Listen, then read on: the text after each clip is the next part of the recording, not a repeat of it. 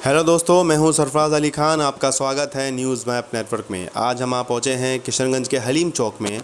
हलीम चौक के रहने वाले राजा बाबू, जो कि लगातार सोशल मीडिया पे अपनी पोस्ट की वजह से, अपने ट्वीट की वजह से सोशल मीडिया में बने रहते हैं और लगातार अपने विपक्षी पार्टियों पर हमला करते रहते हैं। और साथ ही साथ जिला संयोजक है यूथ कांग्रेस के किशनगंज के। तो चलिए उनसे बात करेंगे, उनसे जानेंगे, कुछ ज़रूरी मुद्दों पर चर्चा होगी। तो चलिए उनसे ही बात करते हैं। सबसे पहले राजा बाबू, आपका स्वागत है हमारे न्यूज़ चैनल में। सबसे पहला सवाल तो आपसे यही है कि आपने राजनीति को क्यों चुना? आप एक युवा हैं, आप जॉब कर सकते थे, क्या वजह रही कि आपने राजनीति को ही चुना? देखिए सरफराज जी, सिर्फ अपना फ़ायदा करना मेरा मकसद नहीं है। राजनीति मैं इसलिए चुना हूँ कि ताकि मैं अपने साथ लाखों करोड़ों हज़ारों युवाओं की फील्ड तैयार कर सकूँ। आप रोज़गार की बात कर रहे हैं, नौकरी की बात कर रहे हैं। आज कहाँ मिल रहा है रोज़गार? आज युवा पकौड़े तलने को तैयार है, मजबूर है। ये कहीं ना कहीं विडम्बना है। नौकरी नहीं मिल रहा, सिर्फ नाम का नौकरी है, मिल नहीं रहा। हर चीज़ निजीकरण होते जा रहा है, आप देख ही रहे हैं सरफराज जी। इसलिए हमने राजनीति चुना है ताकि सरकार की गलत नीतियों का पुरजोर तरीके से विरोध कर सरकार को सही दिशा पर लाने का कोशिश करूं। तो ऐसी क्या वजह रही कि आपने कांग्रेस पार्टी को ही चुना? विचारधारा सरफराज जी, हमारी विचारधारा कांग्रेस से एकदम मिलती है। सेकुलर विचारधारा है, जातिवाद की विचारधारा हमें बर्दाश्त नहीं। इसी वजह से हमने कांग्रेस पार्टी चुना। बड़ा बड़ा आंदोलन आप देखेंगे तो सिर्फ और सिर्फ कांग्रेस का ही नाम आएगा और उसके अलावा कोई नाम नहीं है। तो एक सवाल ये भी है कि अगर कांग्रेस पार्टी अगर सेकुलर विचारधारा की है, तो जब राम मंदिर का जब मुद्दा आता है या जब राम मंदिर का नाम आता है तो उसमें कहा यह जाता है कि राजीव गांधी जी ने ही राम मंदिर के मुद्दे को उठाया। फिर उस वक्त कांग्रेस की जो सेकुलर छवि है वो कहाँ चली जाती है? देखिए सरफराज जी, बात बहुत उठती है। राम मंदिर आज जो बन रही है या बनेगी या बन चुकी है, सुप्रीम कोर्ट आदरणीय का निर्णय हम लोगों ने माना। अब ताला किसने खोला, चाबी किसने लाया, ये सब जानकारी सिर्फ एक कहने की बात है। अच्छा, अभी जो आपने निजीकरण की बात की, तो निजीकरण तो बीजेपी का कहना है कि निजीकरण एक अच्छा विकल्प है, इससे देश में उन्नति होगी।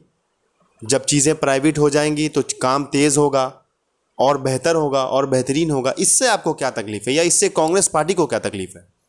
सरफराज जी, हिंदुस्तान में मोटा मोटी आज 1 लाख से ज़्यादा प्राइवेट कंपनी है। आप प्राइवेट कंपनी में देख लीजिए, क्या कोई भी प्राइवेट कंपनी इस प्रकार की फॉर्म निकालती है या आप ओबीसी हैं या एससी हैं, एसटी हैं तो आपको आरक्षण के तौर पे प्राइवेट कंपनी नौकरी देगी? ऐसा कहीं विकल्प नहीं है। अभी तक मुझे तो नहीं लगा कि कोई प्राइवेट कंपनी इस प्रकार की फॉर्म, डाटा फॉर्म जारी करती है। सिर्फ और सिर्फ सरकारी ही कंपनी, रेलवे हो, पुलिस हो और सरकारी संस्था में ही ये निकलती है कि आरक्षण जाति के लोगों को इतने परसेंटेज के साथ नौकरी मिलेगी। इस बात से आप एग्री करते हैं? अच्छा, एक और बात बताइए कि बीजेपी में आपको क्या बुराई दिखती है? आपको क्या लगता है जो बीजेपी में आपको लगता है कि ये ख़राब है या बुरा है, जिस वजह से आप बीजेपी को लगातार दोष देते हैं? ख़ासतौर पे आपके सोशल मीडिया ट्वीट और आपके जो पोस्ट होते हैं वो बीजेपी के ख़िलाफ़ होते हैं या एमआईएम के ख़िलाफ़ होते हैं, तो बीजेपी पर ही आपकी टिप्पणी क्यों होती है हमेशा?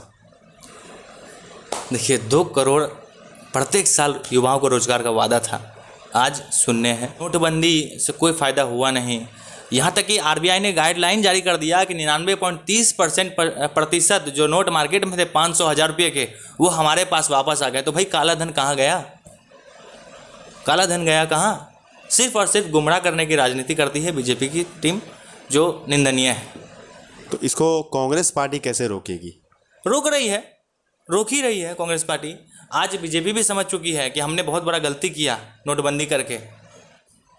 चलिए, ये तो हो गई देश की बातें। बात करते हैं उस जगह की जहां आप रहते हैं, इस ज़िले के बारे में, किशनगंज के बारे में, कि किशनगंज में सड़कें जर्जर हैं, सड़कों में नालियां बहती हैं और बहुत ज़्यादा पानी रहता है, गंदगी रहता है, कूड़ा करकट, सदर अस्पताल का हालात सही नहीं है और न जाने कितनी सारी समस्याएं हैं। कांग्रेस यहाँ पर जीतती आई है शुरू से ही। यहाँ पर कांग्रेस एमपी रहे हैं, कांग्रेस से एमएलए रहे हैं, अभी भी हैं। तो फिर ये विकास आप लोग क्यों नहीं कर पा रहे हैं? देखिए, एमपी एमएलए के हाथ में नहीं होता कुछ। जब फंड पास होगी तभी कुछ होगा सरफराज जी। सांसद जी लगातार विरोध कर रहे हैं एएमयू सेंटर बनाने के लिए, लेकिन उनका विरोध है, लेकिन पास नहीं किया जा रहा जानबूझकर। कहीं ना कहीं यही दुर्भाग्य है, यही दुर्भाग्य है कि विपक्ष के नेताओं को एकदम बायकट किया जा रहा है, ध्यान नहीं दिया जा रहा है। ये दुर्भाग्यपूर्ण है। तो इतने साल हो गए जब कांग्रेस पार्टी सत्ता में थी, तो उस वक्त क्यों नहीं एमयू को बनाया गया? अभी क्यों, जब सारी बातें खत्म हो गई है, तो अभी अचानक से किशनगंज के एमपी को एमयू याद क्यों आ रहा है? देखिए, समय लगता है। आज एएमयू का फंड पास नहीं हुआ, मेरे ख्याल से 2012, 13, 14 के आसपास हुआ, जब हमारी कांग्रेस की सरकार थी। अभी भी आप जाके देखेंगे बाउंड्री हुआ है, कई एकड़ में बाउंड्री हुआ, आप जाके देख सकते हैं। समय लगता है सरफराज जी, एक दिन में नहीं बन जाएगी बाउंड्री ना, उसमें समय लगा। अब आगे का प्रक्रिया, हमारी सरकार गिर गई, हमारी जो कांग्रेस की सरकार थी वो गिर गई, तो अब नज़रअंदाज किया जा रहा है, फंड नहीं दिया जा रहा है, ये कहीं ना कहीं दुर्भाग्यपूर्ण है। और बात रही सड़कों की, तो बिहार में और भी ज़िले हैं, और भी जगह है जहां पर साफ़ सफाई भी है, सड़कें भी सही हैं। किशनगंज में ये हालत क्यों है? लोग इतने परेशान हैं, ट्रैफिक से इतने परेशान हैं, क्यों? आखिर ये सब कौन दूर करेगा? जिला प्रशासन दूर करेगा। लेकिन लोग तो अपने प्रतिनिधि को जिताकर एमपी और एमएलए बना रहे हैं। अगर आप कुछ आपके हाथ में है नहीं, तो आप चुनाव लड़ क्यों रहे हैं? आप क्यों एमएलए बन रहे हैं? आप क्यों एमपी बन रहे हैं? आपको घर पे रहना चाहिए। जब आप बन रहे हैं तो अपने कर्तव्य का निर्वहन क्यों नहीं कर रहे हैं? देखिए, हम अपने लिए एमपी नहीं बन रहे हैं, हम जनता के लिए एमपी एमएलए बन रहे हैं। तो जनता का काम तो नहीं होता हुआ दिख रहा ना कहीं? देखिए, तो दुर्भाग्यपूर्ण है। ऊपर गद्दी पे बैठे लोग ध्यान नहीं दे रहे हैं। हम तो निरंतर, आप देखिएगा, विधायक जी का मैं पोस्ट करता हूँ, उनके पोस्ट को शेयर करता हूँ, रिट्वीट करता हूँ। अब आज विधायक जी निरंतर उठा रहे हैं। अब विधायक जी अपने पॉकेट से तो नहीं लगा पाएंगे ना, उतना बड़ा रकम मिलेगा वहाँ से तभी तो आएगा, मिल ही नहीं रहा, दुर्भाग्यपूर्ण है। कई सारे मुद्दे विधायक जी अभी डाले हैं विधानसभा में, मुद्दे हजार मुद्दे अभी तक वो डाल चुके हैं, लेकिन निराकरण नहीं हो रहा, ये दुर्भाग्यपूर्ण है।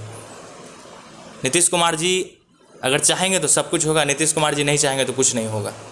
चाह ही नहीं रहे हैं एमपी एमएलए के बारे में कुछ, कि किशनगंज की जनता जो है लाभान्वित हो। बोल के गए थे नीतीश कुमार जी रुद्धासा मैदान में कि 24 घंटे बिजली रहेगी, लेकिन आज बिजली की समस्या किशनगंज में इतना है कि कहना असंभव है।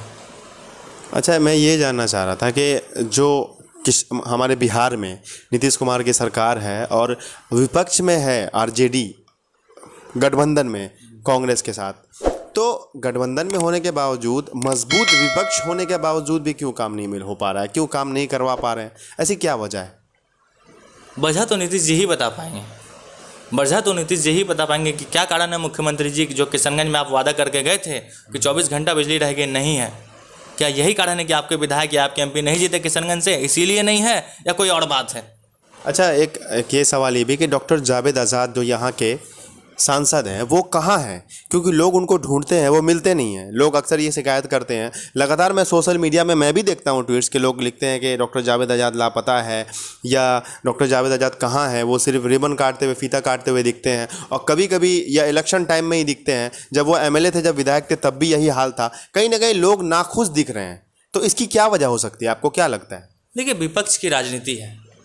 नाखुश अगर लोग दिखते तो माननीय सांसद जी आज सांसद नहीं होते। ये विपक्ष के लोग हैं। सीमांचल में 5 एमएलए, 5 विधायक अब एमआईएम के हो चुके हैं। उन्होंने भी अपनी मजबूत पकड़ बना ली है किशनगंज में। पहले तो बीजेपी आपके विपक्ष में थे किशनगंज में, अब एमआईएम भी है। तो इसको किस नज़रिए से देखते हैं आप? देखिए सरफराज जी, बनना बड़ी बात नहीं है। बोल करके गए थे कि कोचा धावन में रेलवे स्टेशन का निर्माण होगा, शायद आपके संज्ञान में हो, लेकिन अभी तक नहीं हुआ। हॉस्पिटल बनेगा, अभी तक कुछ नहीं हुआ। बोल के गए थे आप एम्बुलेंस दे के गए थे, मेरे ख्याल से अभी तक एम्बुलेंस में देखा ही नहीं हूँ। मार्केट में रनिंग करते हुए जो एम्बुलेंस दिए थे, जिनमें माननीय असदुद्दीन ओवैसी जी की फ़ोटो थी, वो एम्बुलेंस अभी नदारत है, मार्केट से दिख नहीं रही है। पेशेंट मजबूर हैं, उनके ही क्षेत्र के पेशेंट मजबूर हैं रिक्शा में, ठेला में, ऑटो में बैठ कर के सदर अस्पताल जाने के लिए। और इन पर मैं ज़्यादा टिप्पा टिप्पणी करना जरूरी नहीं समझता सरफराज जी। अलग है, संविधान के हित में आई, चुनाव लड़ गई, जीत गई, अच्छी बात है। अब विकास कर दे, जनता के लिए विकास कर दे, मैं यही चाहता हूँ। तो राहुल गांधी नेक्स्ट पीएम है, डॉक्टर जावेद आज़ाद सीमांचल के Rahul Gandhi, CM Nitish Kumar, Paltu Ram. Best CM किसे मानते हैं आप? अशोक गहलोत राजस्थान के मुख्यमंत्री हैं। बिहार का सीएम किसे होना चाहिए? तेजस्वी यादव। और सोशल मीडिया में एक और नाम बहुत ही प्रचलित है, खासतौर पे कोरोना काल में, सोनू सूद जी के बारे में क्या कहेंगे आप?